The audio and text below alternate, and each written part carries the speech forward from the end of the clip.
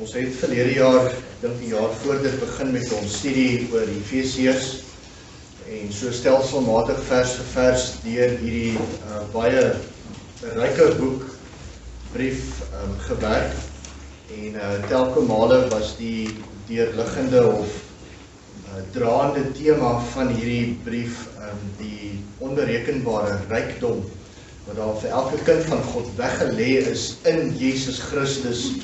En konstant het ons gekyk daarna dat wat ook al rykdom daar is in hierdie lewe, waar ook al, wat, maak nie saak wat nie, alles as kind van die Here word vir ons weggelê in Christus, daai twee woordjies, in Christus. En uiteindelik het ons natuurlik nou by die wapenrusting gekom, wat een van my gunsteling gedeeltes is, en ons het al baie gekyk na die teorie, die teologie, en die akademiese kant van die wapenrusting, en op hierdie stadium probeer ons om die konsepte wat ons geleer het uit die wapenrusting oor etlike jare, op hierdie stadium prakties toe te pas. So ek is redelik van mening, en ek het dit vir 'n paar mense gesê ook, dat vanoggend glo ek is 'n game changer, dit is seker een van die mees belangrikste boodskappe wat gepreek sal word in hierdie gemeente vir die hele jaar. Die vyand is nie gelukkig daarmee dat jy jouself Christen noem nie.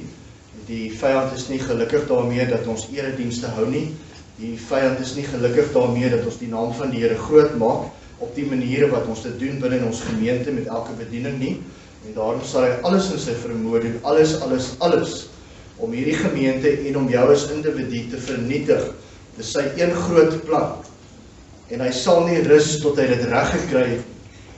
Maar daar is oorwinning in Christus, en dis hoekom Efesiërs so belangrik is, en dis hoekom die wapenrusting belangrik is, en dis hoekom ons dan vandag uiteindelik gaan kyk na die borswapen van geregtigheid, wat die lewensbelangrike orgaan van ons geestelike lewe beskerm, die hart van ons geestelike lewe. En as die Satan jou hart kan vernietig, dan vernietig hy jou as 'n kind van die Here. En daarom moet ons weet hoe om staande te bly, en hoe om weerstand te bied, en hoe om ons hart van ons geestelike lewe te beskerm. Daarom sê ek, een van die belangrikste boodskappe van die hele jaar, die borswapen van geregtigheid. Kom ons lees Efesiërs hoofstuk 6. Ons begin lees by vers 10. Ek gaan maar weer lees tot by vers 20 en dan sal ons kyk na 'n paar inleidende gedagtes. Eindelik, my broeders, word kragtig in die Here en in die krag van sy sterkte.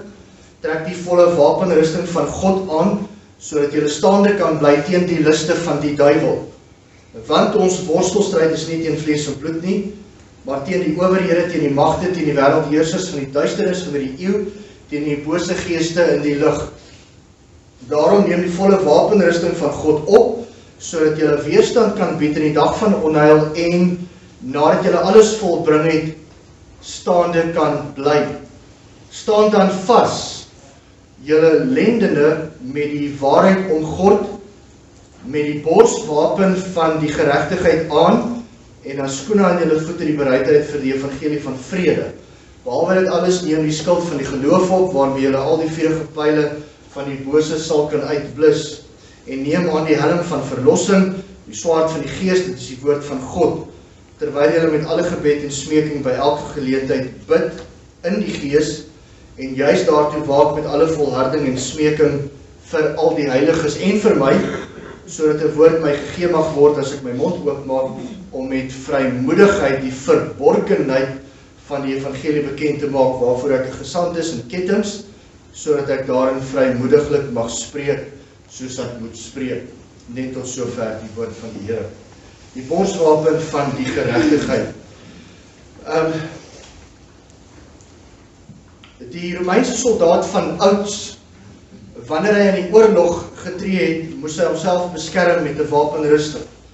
Paulus is baie lief vir hierdie beelde van die wapenrusting, en hy gebruik dit ook verskeie kere, nie net hier in Efesiërs nie, maar wat bepaald interessant is dat toe Paulus gedink het aan die wapenrusting, het hy 'n bepaalde mondering in sy gedagte gehad. Nou, dit is baie moeilik vir ons om te sê, ja, hy het spesifiek gedink aan hierdie bepaalde mondering, want die Romeine het deur die eeue verskillende tipes monderings gehad. Dieselfde ding, Maar dit het 'n klein bietjie anders gelyk, want soos tegnologie mos vorder, verander die wapenrusting van die Romeinse soldaat ook. En ek kan een ding vir julle sê met baie eerlikheid, die Romeinse soldaat se mondering en sy borsplaat of borswapen het glad nie gelyk soos die bulletproof vest van ons tyd nie. Dit was nie dieselfde ding nie, en ek is redelik oortuig, hy sou ook nie 'n bullet kon vat nie. Hy sou wel kon weerstand bied teen 'n swaard, maar dis die prentjie van die tyd. Maar wat belangrik is vir ons vandag, is om daai sprong te maak uit Paulus se tyd tot hier in 2024, en te besef dat die aanslag van die duiwel het nie verander nie, dis nog net so groot, dis nog net so ernstig, dis nog net so gevaarlik, en dis nog net so daarop uit, om jou geestelike lewe te vernietig. En hy gebruik dalk nie meer 'n swaard, soos in daai tyd nie. Vandag se tyd gebruik hy R4, R5, tanks, you name it, wat hy kan kry, maar vernietig sal hy jou vernietig. En daarom moet ons weet hoe om staande te bly teen hierdie bose vyand. Ek dink wat vir my uitstaan in hierdie gedeelte is die erns en die noodsaaklikheid wat Paulus raak gesien het vir 'n wapenrusting.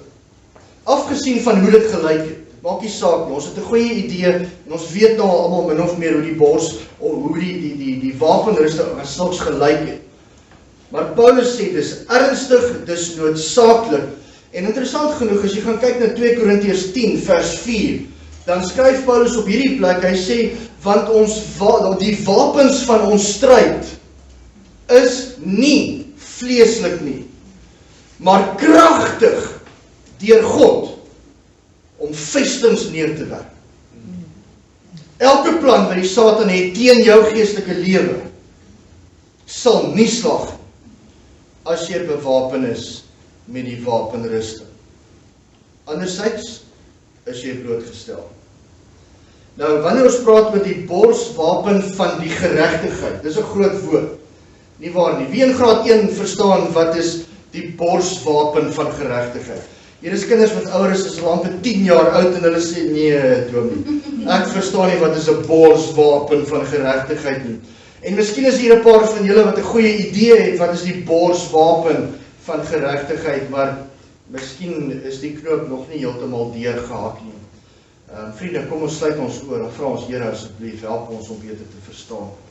Here, hierdie borswapen van geregtigheid is so belangrik.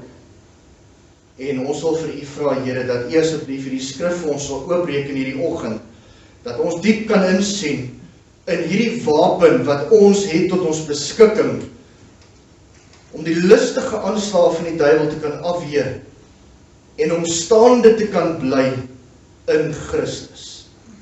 Amen. In essensie verwys die borswapen van geregtigheid na hierdie eenvoudige konsep om reg te wees met God. Nou dink daaraan, wie van ons is reg met God? Wie van ons kan in God se kasteel, in sy troonkamer instap en sê, Here, ek is reg met U? Niemand. Hier is nie een persoon wat vanmôre hier kan sê, ek kan in God se troonkamer instap. Ek praat vleeslik en sê, Here, ek is reg met U. Hoekom nie? Want ons het sonde. Ons oortree God se wet. Ons is nie gehoorsaam nie. Ons doen nie wat hy vir ons sê ons moet doen nie. En daarom, ieder en elk hier so ingesluit reg verby my, is almal skuldig en daarom het ons nie geregtigheid nie. Ons is nie reg met God nie. Ons het geen voet om op te staan nie. Ons kan nie na God toe nader nie. Want ons het nie 'n sondelose lewe nie. En dis in essensie wat geregtigheid beteken, is om 'n sondelose lewe te hê, sodat daar niks tussen my en my Skepper God is nie. En daarom durwaag ek nie in die teenwoordigheid van so 'n heilige God in te gaan, van wie ons net nou gesing het nie. Die ander dag, dis so 'n week terug, het ek vir my 'n gitaar gekoop. Ek het nog steeds 'n liefde vir 'n gitaar, en bepaald vir Ibanez is my gunsteling. Ek weet nie, daar's net iets omtrent daai vol ronde klank van 'n Ibanez wat my bekoor.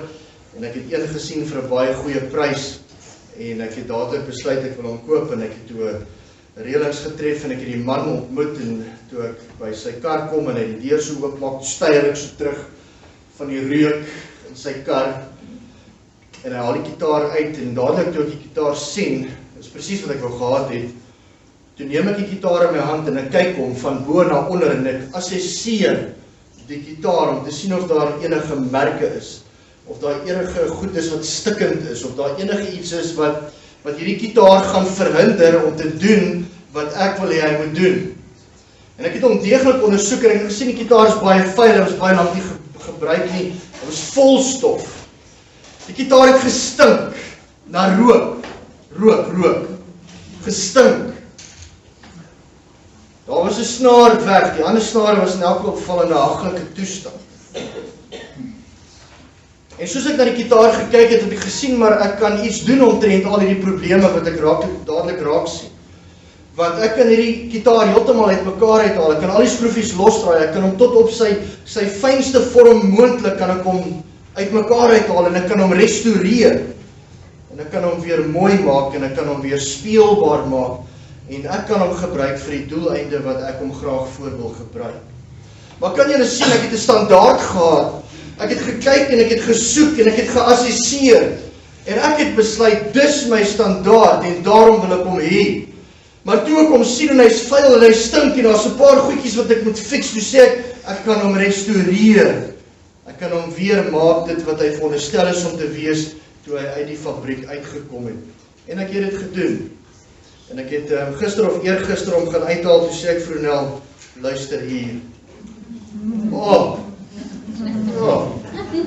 Julle dink daaraan, ons het nie geregtigheid voor God nie, ons het niemand sondeloosheid nie, ons is almal soos daai gitaar, ons het almal krappies, ons het almal 'n snaar wat stikkend is, ons het almal die reuk van die wêreld aan hierdie gitaar, ons het almal een of ander probleem, en daarom kan ons nie in die teenwoordigheid van God nie, en daarom kan ons nie deur hom gebruik word nie. Maar God kyk na ons deur die oë van sy seun, en hy sê, ek kan jou restaureer, die bloed van my seun aan die kruis kan jou nuut maak, hy kan jou maak asof jy nou net uit die fabriek uitgekom het, en ek kan jou gebruik. Kan julle sien, geregtigheid is nie in my. Geregtigheid is in Jesus alleen. Geregtigheid, sondeloosheid, is alleenlik by hom te vind. Dit kom alleenlik van God af en nie van die mens af nie. Daar's niks wat ek kan doen nie, maak nie saak hoe baie jy my bly maak, deur elke erediens by te woon, en julle moet asseblief, want ek bid vir julle om hier te wees, en moenie ophou nie. Moenie ophou om Bybelstudie toe te kom nie, kom meer en meer. Ek gaan gou vir julle geheim uitlaat, né? My gebed, julle kan saam met my bid, en dit is besig om te gebeur. Want die Here sê klop en daar sal oopgemaak word, en soek en julle sal vind. My gebed op hierdie oomblik vir die laaste maand of 2 of 3 al, is Here, maak hierdie kerk so vol dat mense staan in die gangetjies. Here, maak hierdie kerk so vol dat ons nie genoeg stoele het nie. Want daar's 'n geheim, het julle geweet, wanneer 'n kerk op 80% van sy kapasiteit kom, groei hy nie meer nie. En ek het vir die Here gesê, Here, U kan ons nie Uself laat bind nie. Here, stuur mense wat honger is vir U woord. So, moenie verbaas wees dat julle sal sien dat daar nie meer genoeg stoele is nie, en dat die kerk gaan oorloop, en bid julle saam met my daarvoor.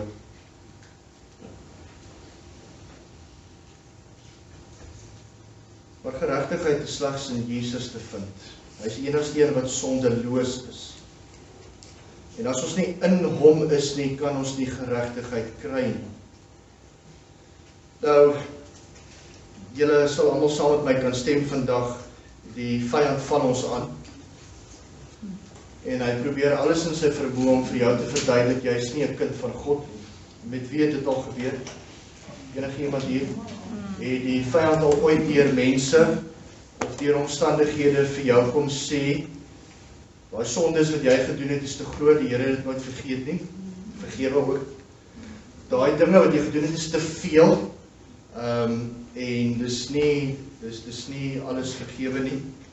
Het die vyand al deur omstandighede en deur mense vir jou kom sê, wat durf jy jouself 'n Christen noem, kyk hoe tree jy op, Kyk hoe praat jy, kyk hoe leef jy, jy noem jouself 'n Christen, jy is regtig soos daai fariseërs, jy skyn heilig, jy gaan kerk toe, maar kyk hoe leef jy in die wêreld.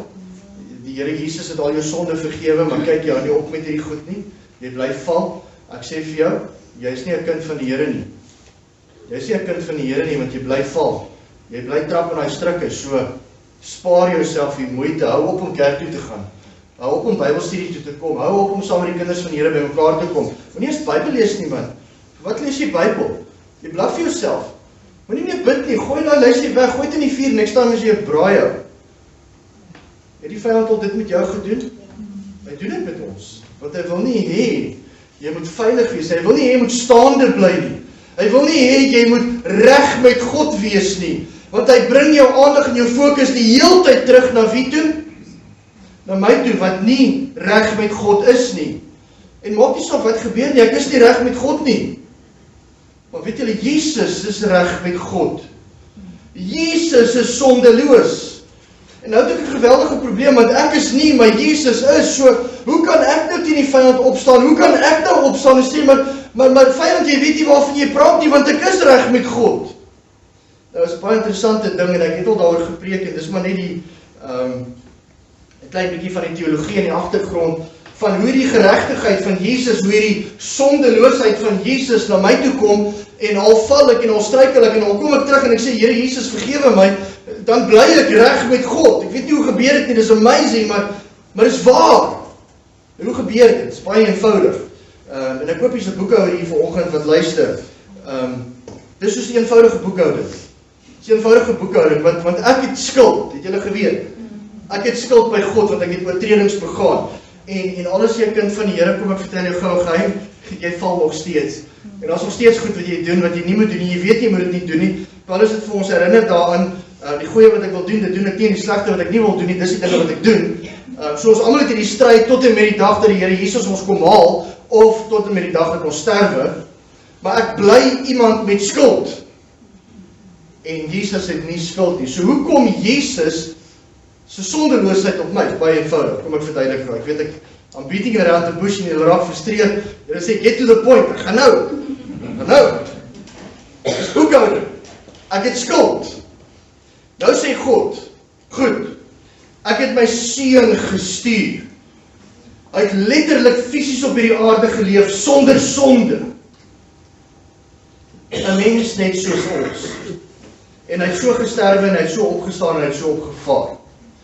Plaas jy, wat 'n sondaar is, wat skuld het, jou geloof en vertroue in my seun. Wat ek doen dan?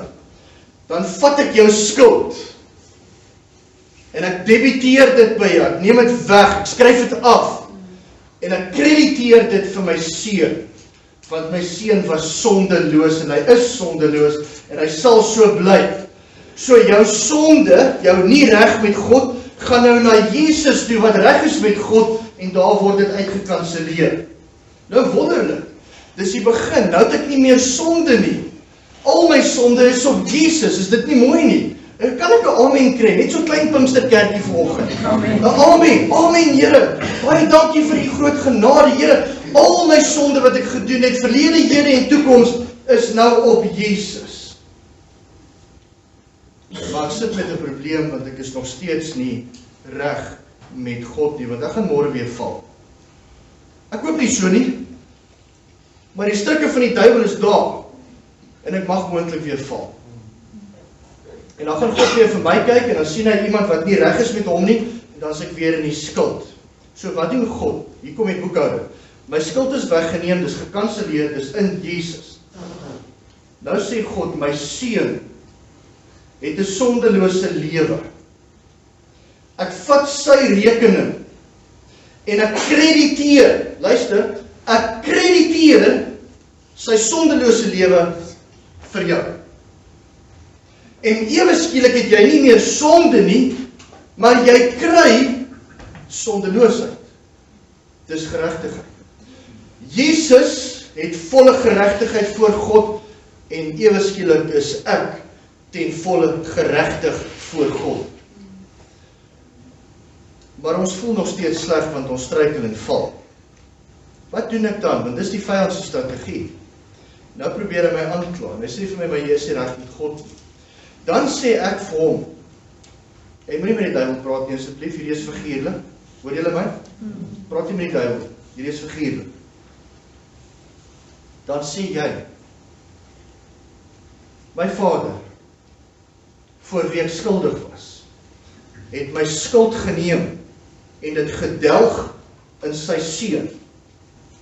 Sy seun se sondelose krediet is vir my gegee. En wanneer my vader na my kyk, selfs wanneer ek gestruikel het, dan kyk hy nie meer vir my. Want wanneer hy na my kyk, wie sien hy raak? Hy sien sy seun raak. Die vader sien my nooit raak en ek glo en ek vertrou en ek hoop en ek bid, dit bly altyd so. Dat my heilige Vader van wie ons gesing het voor hierdie diens nooit na my sal kyk nie. Maar wanneer hy na my kyk, wanneer hy sy guns oor my uitspreek, dat hy sy seun sal sien.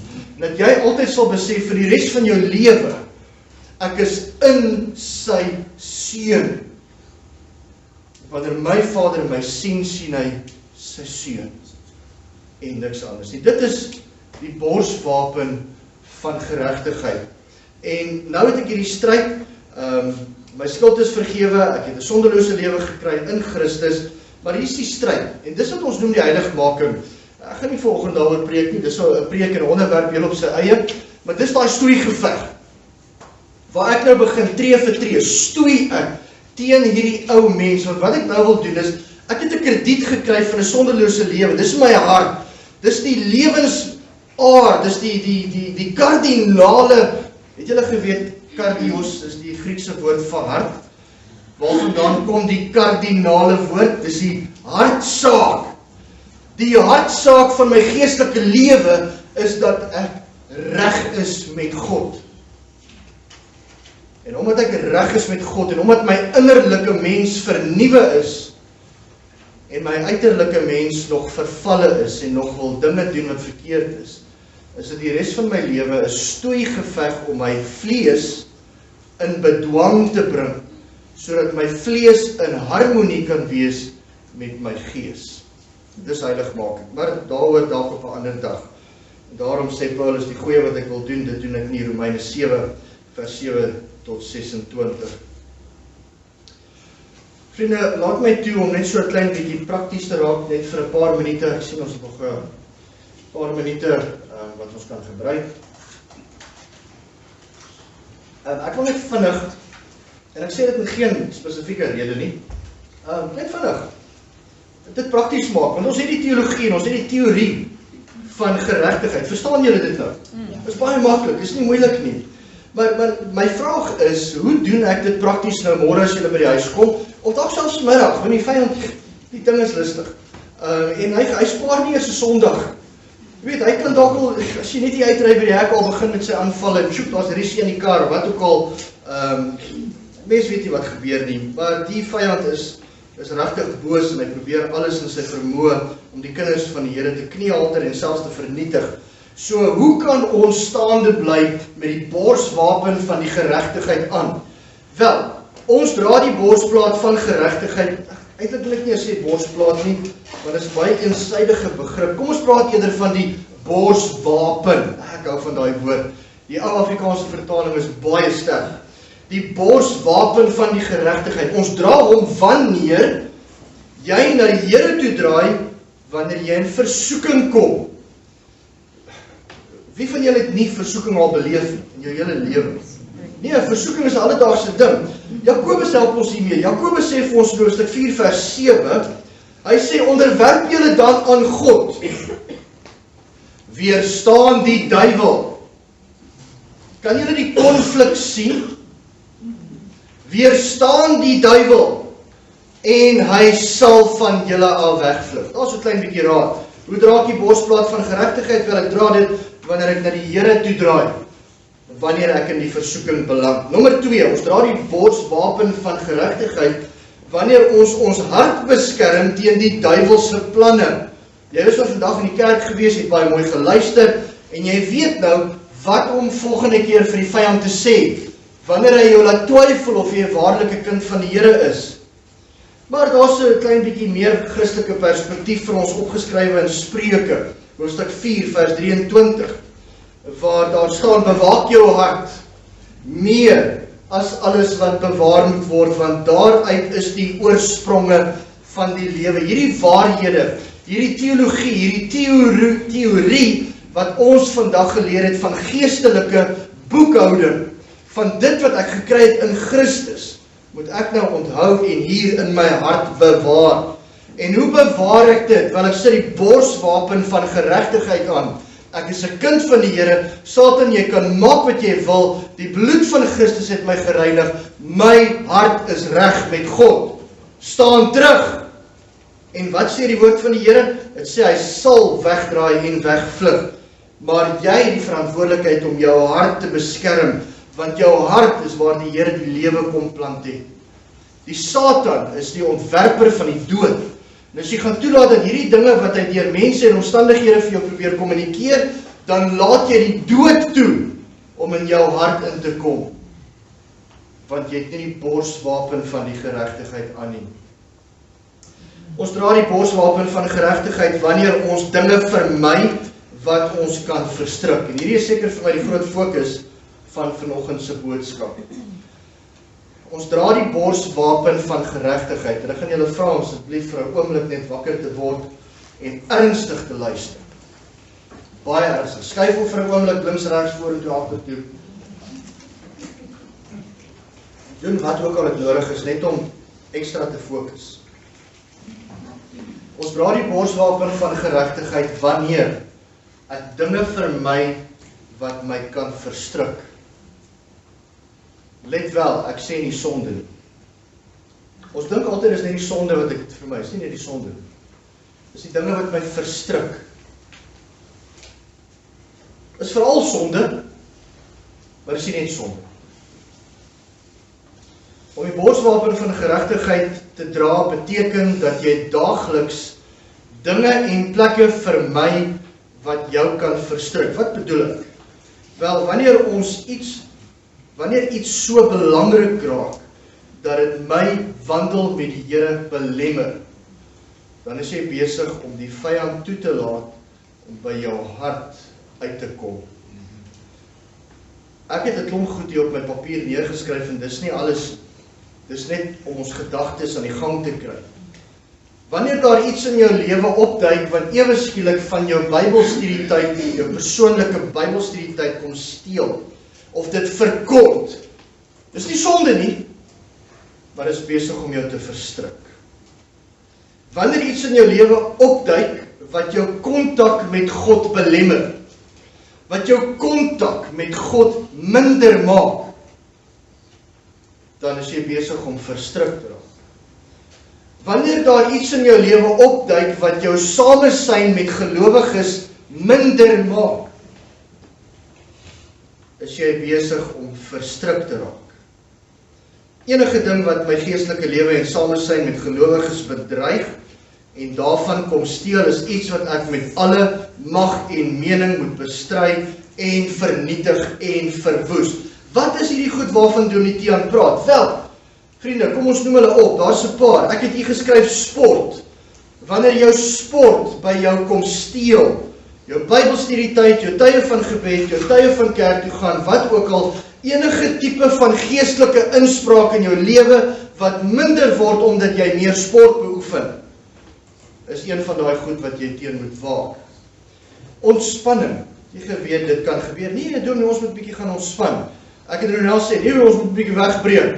Ons moet nou net ons gees gaan rus en ons is moeg en uitgeput. Miskien is dit 'n stokperdjie wat ewe skielik meer en meer tyd begin neem. Miskien is dit jou sosiale lewe, nie net jou fisiese sosiale lewe van kuier saam met vriende en familie nie, maar ek praat ook van die sosiale platforms wat al meer en meer van ons tyd begin neem. Ek onthou deur die jare, dis in die ou tyd, toe Facebook nog net 'n baba was en net uitgekom het almal van ons Facebook gaan oopmaak en wat al hierdie dinge gedoen, en toe kom ons agter, Facebook is besig om ons in te slip.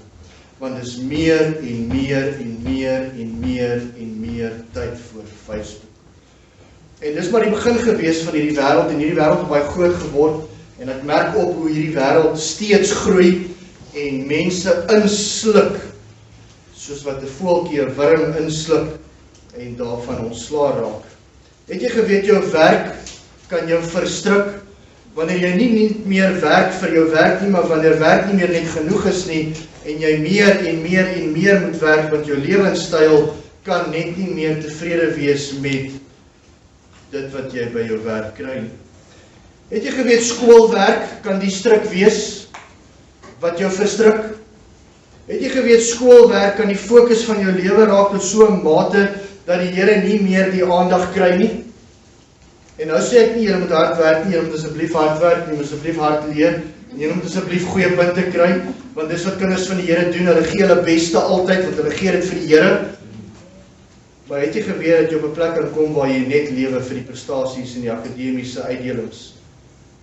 Goeie werk, self, familie, hierdie is alles deel van die lys. Jou kinders kan so baie tyd by jou neem dat dit steel by jou geestelike lewe. Jy geweet, televisie kan begin steel, radio.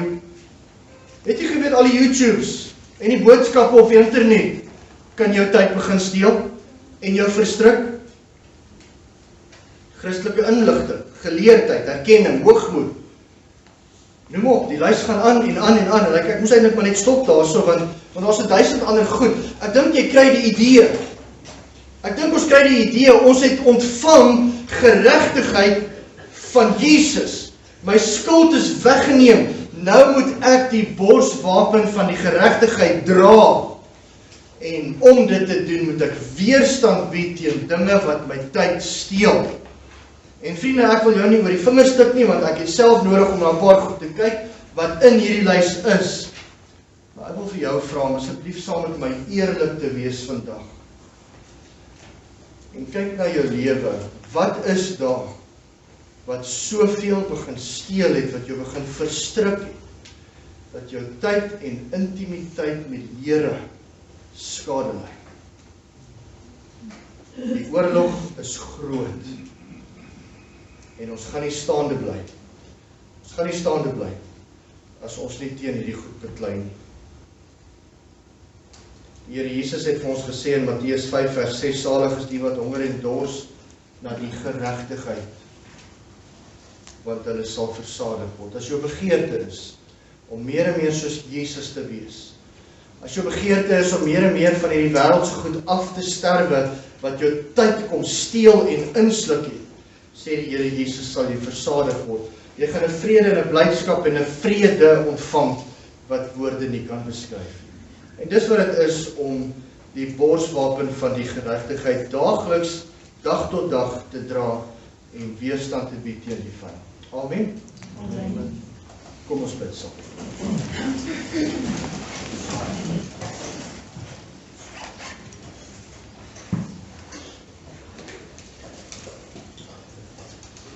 Hemelse Vader, ons wil net vir 'n oomblik dink aan dit wat U vir ons gedoen het. Die blote feit dat U ons kom nuut maak het. Die blote feit dat ons iets ontvang het wat ons nie verdien het nie.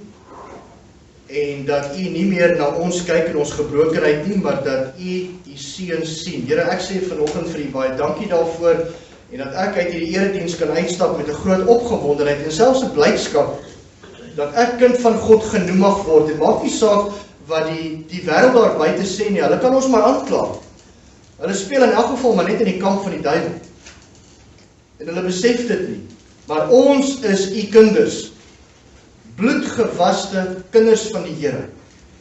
En ek bid Vader dat U ons sal beskerm en sal bewaar, sodat ons daagliks staande kan bly en weerstand bied met hierdie borswapen van die geregtigheid aan. Ag Here, gee vir ons 'n kreatiwiteit en 'n vernuftigheid om te sien elke dag wat die dinge is wat inbraak maak op my intimiteit met U. Ons wil graag in kontak met U wees. Maar Here, ons is swak, ons erken dit vanoggend en ons bely dit selfs. Maar gee vir U vir ons krag, uit die hoogte, krag uit die hemele uit, om hierdie borswapen aan te trek elke dag, en weerstand te bied teen die bose planne van die duiwel. Ons wil nou al reeds vir u baie dankie sê, Here, want ons weet u is getrou en regverdig. U sal dit ook doen, want dit is u begeerte. Help u kinders om staande te bly. In die naam van Jesus pleit ons dit. Amen. Amen.